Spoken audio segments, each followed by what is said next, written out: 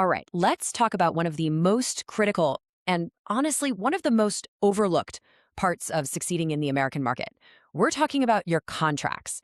Now, I know it doesn't sound exciting, but trust me, getting this right is the absolute foundation for everything else you want to do. You know, this quote from the legendary coach John Wooden, it just nails what we're talking about today. Because in the US legal system, which is a whole different ballgame, those little tiny details buried deep in your legal agreements, they can literally make or break your entire business. So when you think about launching in the US, what's the first threat that pops into your head? Competition, maybe? Your marketing budget? Well, believe it or not, the single biggest threat is something that most people don't even see coming until it's way, way too late, and that is liability. Okay, let's dive right into this because it's a big one. In the US, the fear of getting sued, that fear of liability, it's the number one thing that keeps European business owners up at night. And for good reason. But here's the secret weapon. A really well-drafted contract isn't just a piece of paper. It's your best defense. It can turn a truly bad situation into a win. Let me give you a real-world, absolute nightmare scenario. A German company finds out one of its own executives has been stealing a huge amount of money. I mean, this is the kind of thing that can just cripple a company from the inside out. But they had a very thoughtfully drafted employment contract, and that gave them the exact tools they needed to fight back. So the power was all in the details. The contract, for one, allowed for immediate termination for fraud. But here's the really brilliant part. It did something that totally flipped the American rule on its head. See, normally in the US, each side pays its own lawyers, no matter who wins. But their contract had a clause that said the losing party pays all the attorney's fees. And check out the result. This is the power of a good contract right here. The company won, of course. They got back every single penny that was stolen. But because of that one little clause, they also got back all of their legal fees. And get this, the legal fees were actually more than the amount the executive had stolen in the first place. So the contract didn't just protect them, it made them completely whole again. Now, that story really shines a light on a huge, and I mean massive, blind spot that a lot of European companies have when they come to the States. They assume the rules are the same. They're not. They're playing a totally different game, and they often don't even realize it. And this right here, this is the core of the problem. In Europe, there's this heavy reliance on civil law codes. There's this feeling that, hey, our product quality is amazing. That's our defense. That kind of thinking will get you into so much trouble in the US. Because in America, the contract is everything. Full stop. Having a great product is wonderful, but it will not stop someone from suing you. Let me tell you a classic cautionary tale. We had a company, they were trying to be smart, save a little money up front, so they just took their European terms and conditions and had them translated into English for their new US business. They thought they were being efficient. In reality, they were setting a trap for themselves. Of course, an American company they were working with spotted these massive holes in their armor right away. There was no waiver for consequential damages. That means they could be sued for a customer's lost profits, which can be millions. There was no cap on their total liability at all, and no arbitration provision, which meant any dispute would go straight to the courts. The US company sued, and they held all the cards. And the result?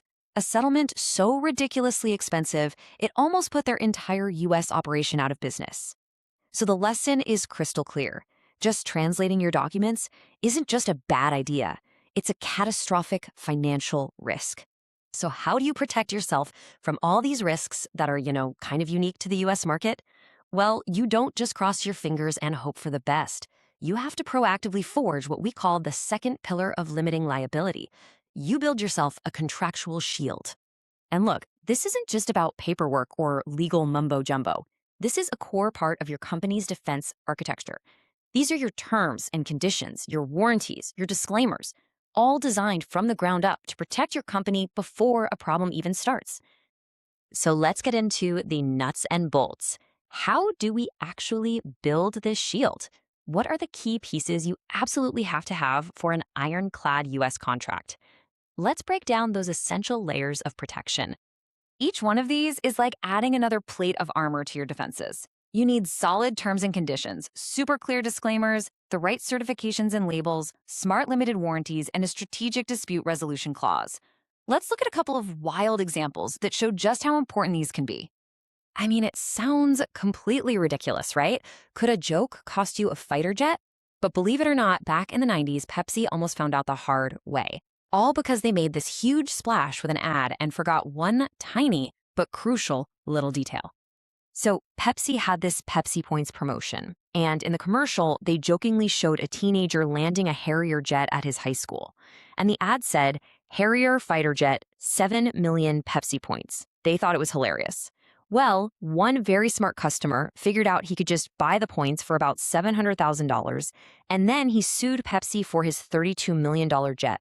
Now, Pepsi did end up winning the lawsuit, but it became this legendary case study in contract law. And why?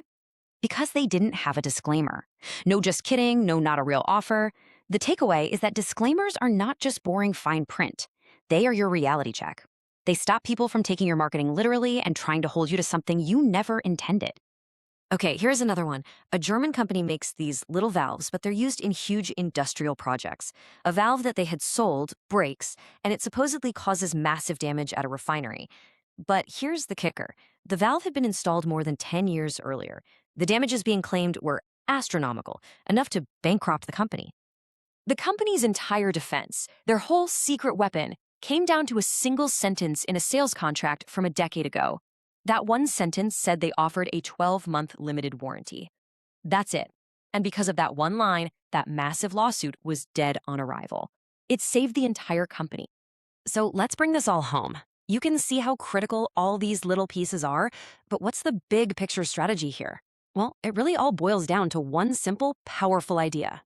You have to control the paper trail. These should be your guiding principles. Rule number 1, always, and I mean always, try to use your contract documents, the ones your lawyers drafted to protect you. Never, ever sign a customer's contract without a deep legal review. And expect to negotiate. That's just how business is done in the US. When you control the documents, you control the terms from the start. You're building your protection in, not trying to add it on later. I love this quote. Okay, it's a little traumatic for sure, but it perfectly captures the defensive mindset you need for the US market.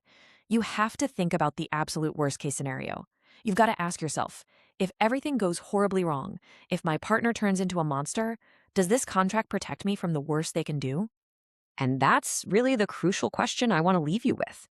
Take a hard look at your own agreements and ask yourself that question, is my contract ready for the monster? Because when you're entering the US market, you need to be absolutely certain that your answer is a confident, rock-solid yes.